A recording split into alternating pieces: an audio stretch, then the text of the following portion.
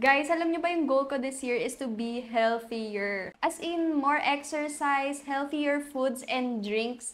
Eh ako pa naman ang hilig-hilig kong mag-milk tea, mag-chocolate drinks, mga ganyan. Eh alam naman natin na hindi healthy yun. Kaya ayun, naghanap ako ng alternative drink na mas healthy, syempre. And ito yung na-discover ko guys na healthier drink. Ito nga yung Flavo Mix. Nakita ko lang to online and grabe. Sobrang daming magagandang reviews dito. Itong Flavo Mix, meron na tong barley, mangosteen, raw cacao, and spirulina. Diba pang healthy na pang healthy talaga siya. And nung nire-research ko nga to, sobrang dami kong nabasang magagandang reviews about this. Ayun, nabasa ko na it helps people with type 2 diabetes. Tapos nakaka-boost din daw siya ng energy natin naturally. And na-improve din niya yung metabolism natin. Tapos, nababalance niya yung mood swings natin guys. And it improves symptoms of depression. Grabe. Kaya talagang napasubok ako dito guys. And true enough, napansin ko ever since I started drinking this, gumaganda yung tulog ko. Paggising ko, alam niyo yun, parang magaan siya sa feeling. Hindi mabigat yung katawan ko. Parang ganun. Parang may energy na ako agad.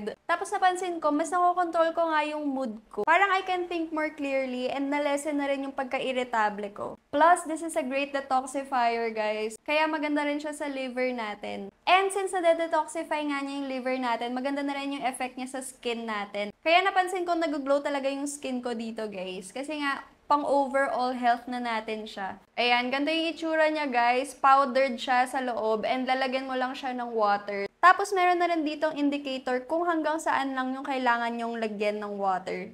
Tapos lagyan mo lang siya ng cold water hanggang dito sa indicator niya kung hanggang saan lang dapat yung water. And of course, shake-shake lang natin yan. Kasi ako guys, minsan kapag wala akong magawa, parang naghahanap ako ng something to drink. So ayun, instead na kung ano-ano yung mga iniinom ko, kung ano-ano yung mga binibili ko, ayan, ito na lang yung iniinom ko. 'Di ba mas healthy pa, mas madaming benefits sa katawan natin.